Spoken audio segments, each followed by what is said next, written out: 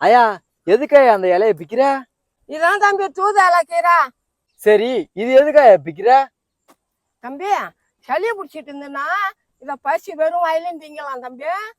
பறிச்சுட்டு போய் அரிசி ஊற வச்சு அரைச்சி இதையும் அதில் போட்டு அரைச்சி வெங்காயம் பச்சை மிளகா போட்டு அரைச்சி பெருஞ்சீரமெல்லாம் போட்டு அரைச்சி நம்ம தோசை விடுற மாதிரி தோசை விட்டு சாப்பிட்டா உடம்புக்கு நல்லது தம்பி. சளி பிடிக்காது தம்பி. வேற எந்த வயிற்றுமே செய்ய வேணாம் தம்பி. இந்த தூதால கீரை எங்கே பார்த்தாலும் பறிச்சுட்டு போய் தோசை விட்டு திங்கலாம் தம்பி. அரைச்சி அரிசியில் கலந்து தோசை விடணும் தம்பி. அப்போதான் சூப்பராக நல்லாயிருக்கும் தம்பி. தம்பி உனக்கு சளி அதிகமாக இருந்ததுன்னா இந்த தூதாலையை பறித்து சாப்பிடு தம்பி. வெறும் வயலே சாப்பிடலாம் தம்பி. சளியாக இருக்காது தம்பி. உங்களுக்கு சளி பிடிச்சிருந்தாலும் இந்த தூதாலை கீரையை சாப்பிட்டாக்கா உங்களுக்கு சளி போயிடும் தம்பி. என்னயா சொல்ற? அப்படியா? இதுக்கு அப்படியாப்பட்ட பவரா இருக்கு? ஆமாம் தம்பி.